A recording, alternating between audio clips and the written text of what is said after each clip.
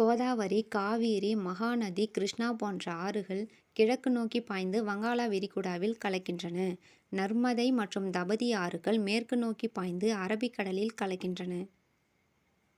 பாபர் சமவெளி இமயமலை அடிவாரத்தில் உள்ள கற்கள், மணல் நிறைந்த பகுதி. தராய் மண்டலம் பாபருக்கு தெற்கே உள்ள ஈரப்பதமிக்க காடுகள் மற்றும் சதுப்பு நில பகுதி.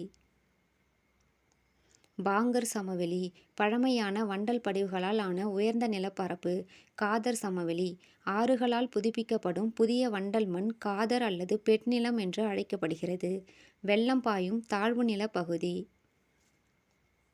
டெல்டா கங்கை மற்றும் பிரம்மபுத்திரா ஆறுகளால் முகத்வாரத்தில் உருவாக்கப்பட்ட வளமான முக்கோண வடிவ நிலப்பகுதியை சுந்தரவன டெல்டா எனப்படுகிறது.